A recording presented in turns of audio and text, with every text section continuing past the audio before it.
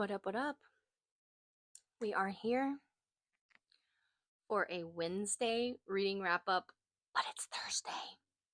I was so tired yesterday, and to be fair, I'm very tired today. I left work early. I'm a diabetic, and my sugar went wacko. And once I got it back under control, I was exhausted. So I left work a little early today, and came home, relaxed a little bit. Now I want to do this to get it over with so I can give you guys a review. So today we are reviewing the Shield of Sparrows. I'm going to put it up there. And the Rites of the Starling. And I know you probably think it's Rites of the Starling. It could be, but in the book, she calls it her Rites. So I am calling it Rites of the Starling. So let me just pick up my tablet here. So this is Shield of Sparrows.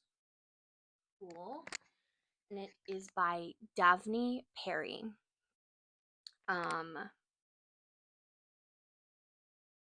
Shield of Sparrows is a slow burn, high stakes romantasy perfect for fans of Sarah J. Maas and Rebecca Yarros.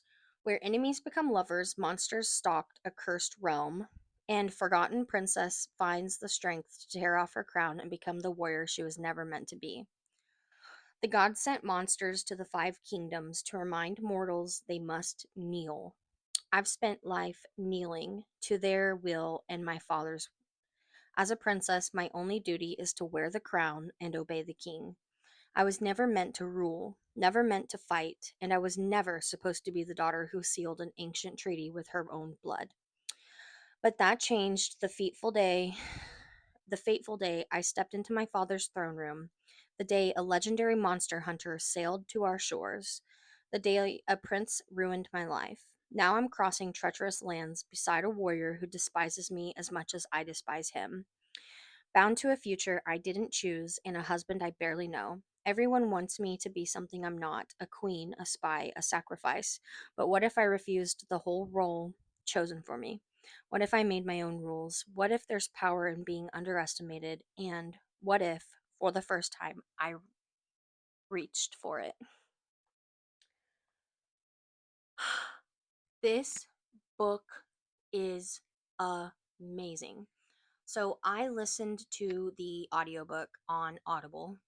I bought Shield of Sparrows on sale a few weeks ago and immediately knew that I was going to have to buy The Rites of the Starling because I listened to the Shield of Sparrows and was enthralled. Okay, the female main character, her name is Odessa, and she is a princess. Her king is, or her dad is the king. He's the Golden King. Pretty much there's like five territories or countries, and they are in a treaty called the Shield of Sparrows, where basically there was a blood oath signed by five kings, like way in the past, stating that every generation, um, a shield of a sparrow would be gifted to a kingdom as a wife for continuous peace among their kingdoms. And so Odessa has a sister. Her name is May. The sister was always supposed to be the sparrow. She was trained to be the sparrow. She was trained to be a warrior and a spy because the Calandran king was sending her to Torin, which was a rival kingdom. They have like long standing rivalry. However, with the blood oath, it's damn near impossible for them to like betray each other, the kings, and so the daughter was supposed to be the spy. Um, Long story short, May doesn't get sent. The guardian and the prince of Torin, um, come to Calandra, and they're, going to take the sparrow back with them to Torin. Anyways, May is supposed to be the sparrow. However, the guardian sees Odessa and says she's the one that we want. Um, there was a test or a challenge that they won, meaning that they had a bride prize. So they got to choose their bride. So they chose Odessa, who had never been trained, never was expected to be a princess or a queen. So now she's married to Xavier, the prince. However, the prince cannot speak, and so the guardian speaks for him. The There are religious zealots, the high priest and his disciples or whatever. So Odessa can feel their magic, however, nobody else can. And she keeps this a secret for a long time, but it does eventually come out. Anyway, she is sent to Torin with Xavier and the Guardian and two of her ladies' maids. Now, there are lots of monsters in this book. So there is something called the migration with the swifts, which are ginormous birds that are from another country, and they migrate in to Calandra and across that, continent. So she's sent to Torin, and her task by her father is to invade and spy and find information about Torin's capital. Um, but she never makes it there.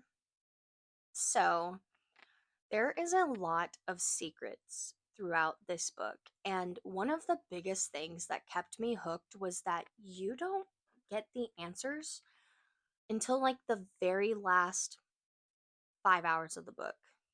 So probably I'd say like the last quarter of the book, you are finding things out. So the whole book, you're like, wait, what is happening? And then you don't get answers until the very end. So it's freaking crazy. Kept me on my feet. It was wild. You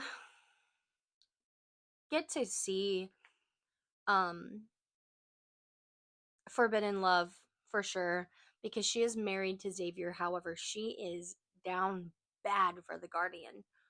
And you don't get to know his name. He just goes by the Guardian, but you do get to figure that out later. So, she trains and learns to fight with some of the female warriors that are in Torin, as well as with the Guardian. There are several towns that they visit. They visit a town called Paris. They visit a town. Well, I guess it's not a town. It's like an encampment called Trio, and it's just like this village of tree houses. And there is one other town. I can't remember the name of it, but it's like a gated town. And the capital is where like the majority of civilization lives, and the king is trying to get everybody to live in the capital to protect them from the migration. However, he's not a good man at all, and he doesn't really care. There is a disease that is spreading through all of the monsters, which is causing them to be more aggressive. So, where there would have been 3 or 4 monsters running in a pack, there's now up to 20 or 30 monsters running in a pack. And they are viciously out for blood. And you find out that one of the main characters are also infected with that disease. And that's why they have kind of different abilities than other people. Odessa has a stepmom. Her name is March. something. I can't remember. And she tries to make Odessa blend in. So at the beginning of the book, you will find that Odessa wears a lot of gray dresses and she dyes her hair brown because she has wild curly red hair. We love.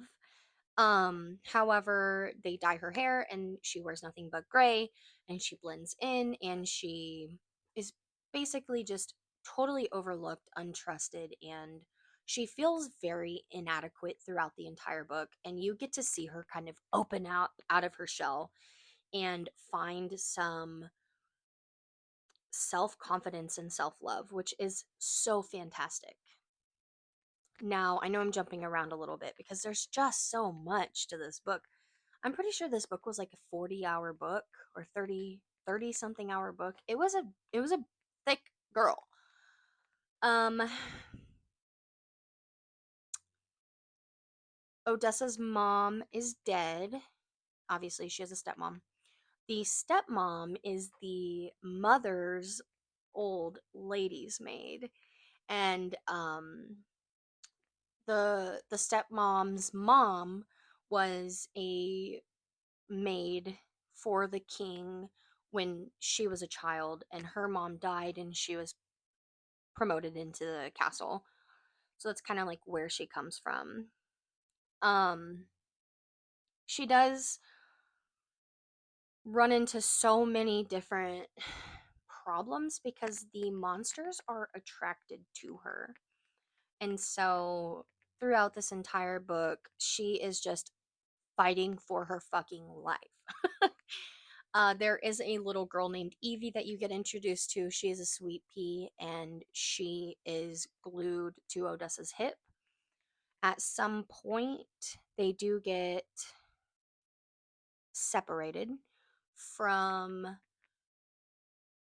the Guardian and Xavier, and they're taken away by the High Priest. And that's kind of where you stop book one and you go into book two. So I'm gonna just go on because this is a series, so we're just gonna keep this in the same book or same video. So the second book is the Rites of the Starling, or the Rites of the Starling. So there's that. And this is number 2. Calandra's 5 kingdoms are on the verge of destruction. The Crux migration is coming, and in the wake of a devastating attack, I've been separated from the man who owns my heart.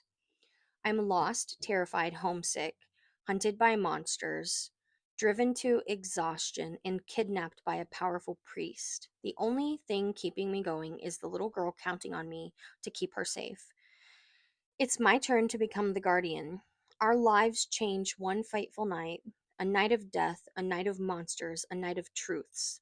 That night, I learned the real meaning of fear and the depth of my own strength. Everyone wants me to be something I'm not, a queen, a spy, a sacrifice. But what if I embrace my crown? What if the secrets I uncover save our realm? What if my sacrifice means salvation for the man I love? For too long, I've feared the monsters we make. It's time to discover the monster within. So, a big theme in this book is that, like, not only monsters are monsters, like, monsters can be made too. Um, so obviously there was a giant attack. Everyone got separated, and she goes off on this adventure with the priest. Now, in book 2, you have two separate points of view. You have Odessa's point of view, and you meet a new character, Caspia. Caspia is a starling, so she comes from a totally different continent, an unknown continent, and she can shapeshift. And they shapeshift into the Swifts. And so there's this big thing about the Swifts migrate from this continent to Calandra, and it is a very mysterious thing for Caspia's continent. And they They're not allowed to follow them, but as a Starling, you have kind of like initiation levels. And so obviously you're born with the blood of the Starling, but you have to be trained and you have to kind of go through different tests and trials to get to where you can shift and where you're an actual Starling, which is pretty much their version of royalty. So Caspia is worrying because she thinks her sister's dead. She thinks her sister is on Calandra. And she describes her ritus as a thrum, like a second heartbeat, or her heartbeat is just beating a little stronger. And so she follows this thrum with her cousin Imri, and they end up in Calandra. Now, when they get to Calandra, Imri shifts, and she is unable to shift back. And not only is she unable to shift back, but she is deranged. And this has to do with the previous disease we spoke about in Shield of Sparrows. So now Caspia is alone. She jumps off a cliff and a hunter finds her. Now, I had suspicions on who I thought this hunter was, but the book is deceiving. And so I was like, oh no, it can't be him because he's doing this right now, so he can't be doing this as well. But there's a twist. You find out this like huge twist on Caspia, and it's mind blowing. Anyways, she Odessa leaves Torin. She comes back to Calandra with the Guardian, and by now you know who the Guardian really is. And Evie and their pet. Now their pet is a baby monster.